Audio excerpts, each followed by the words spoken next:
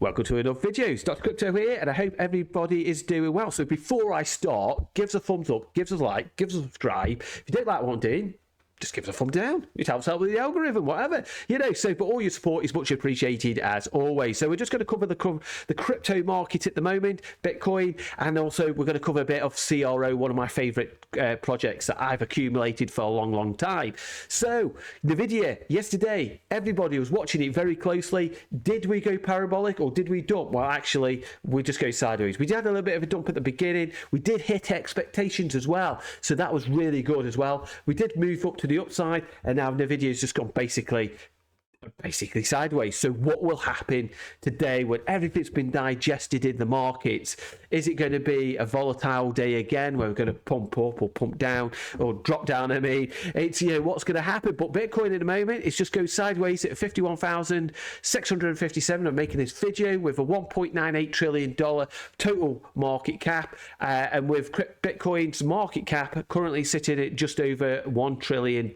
So it's all good. Let's hope we can hold that $1 trillion. And we can see here Bitcoin is basically just chopping sideways along this wedge at the moment. So yeah, but basically if we take it down here and we move it up to around about here on this basically ascending wedge, we've basically lost that support, and now Bitcoin is trying to get past this, what's now is turned to resistance. So it's like I said, we're just chopping around at the moment, and that. So as long as we're just chopping around, which is all good, but if we could get break above this basically resistance here, we could be on an onwards up. But obviously time will tell on that one. But because we can see here in the liquidation maps, it's just showing like we're just going sideways at the moment, because there's nothing really building up above and there's nothing really building down below at the moment. So overall it just looks like it's just a lot of sideways action at the moment, but that could change today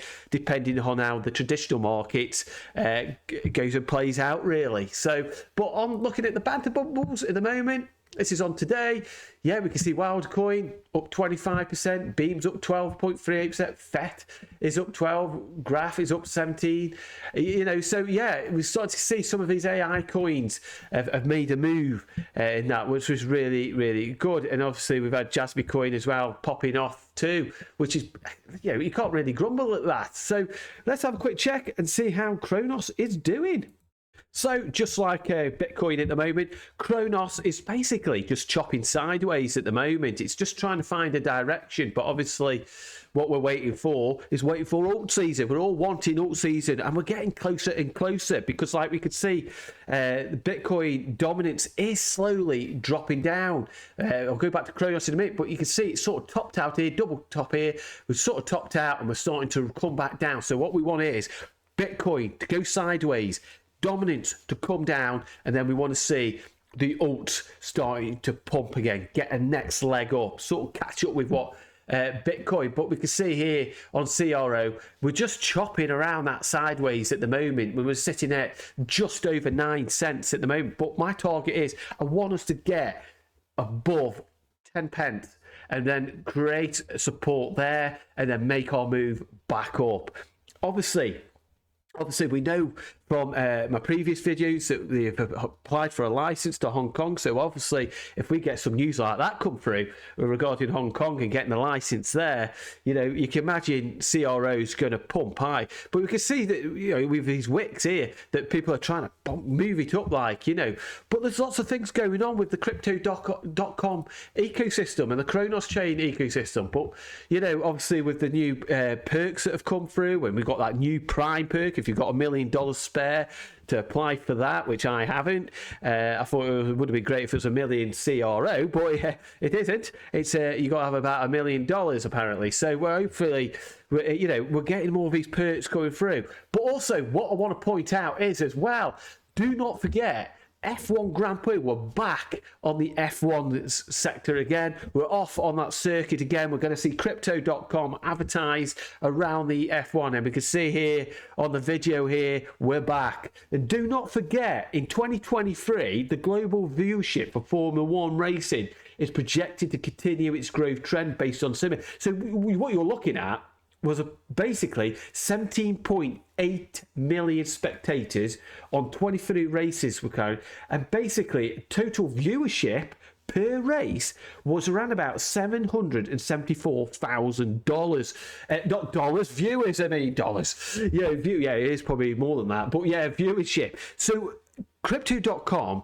again, is going to get that basic exposure to all those viewers, to all those spectators, and even if they get 1% of those viewers or 1% of those spectators, that is going to be a massive for Crypto.com. And the thing is, I always think to myself, well, why do not a lot of these bigger influencers ever talk about Crypto.com? Well, it's quite simple. They don't need them.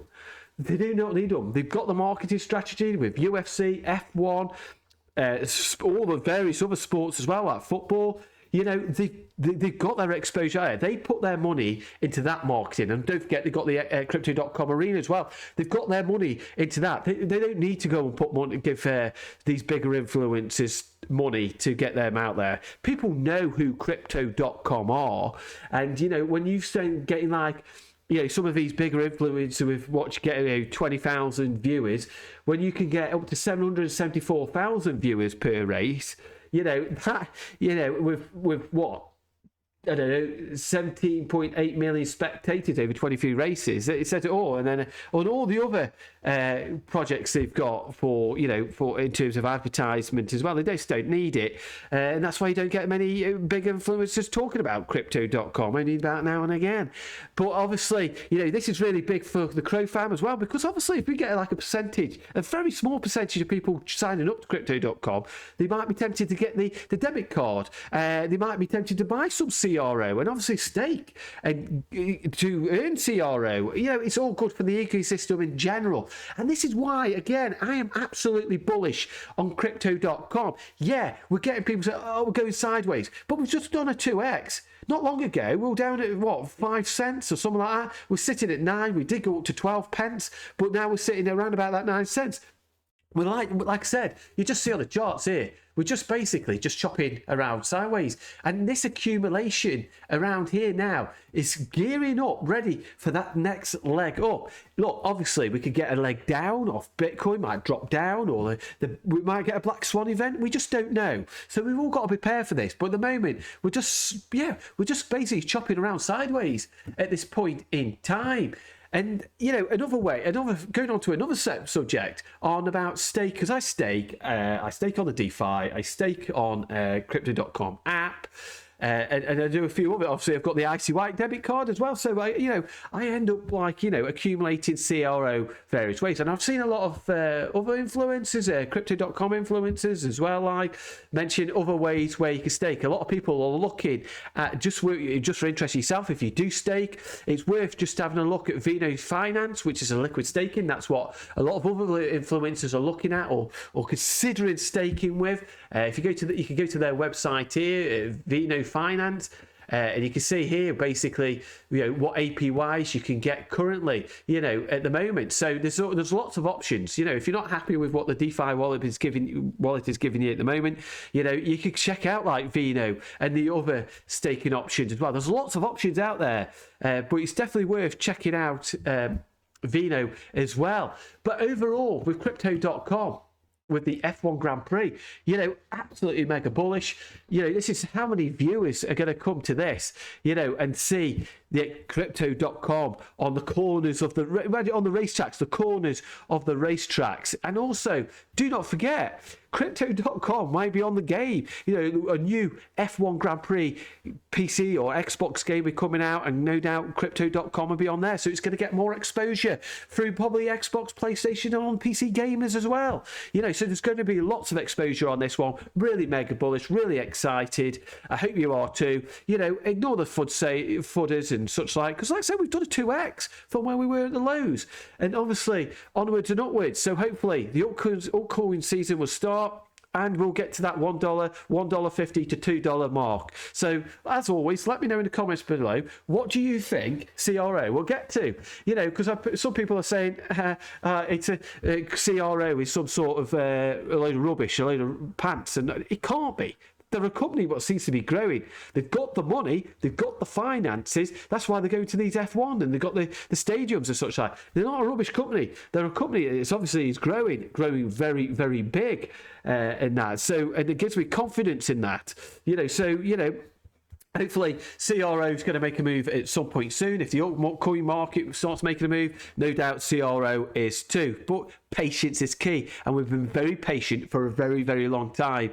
And at some point, it will all pay off. So give us a like, it gives a thumbs up. As always, it's always much appreciated. It gives us a support for myself and such like. And I'll see you soon in the next video. Take care.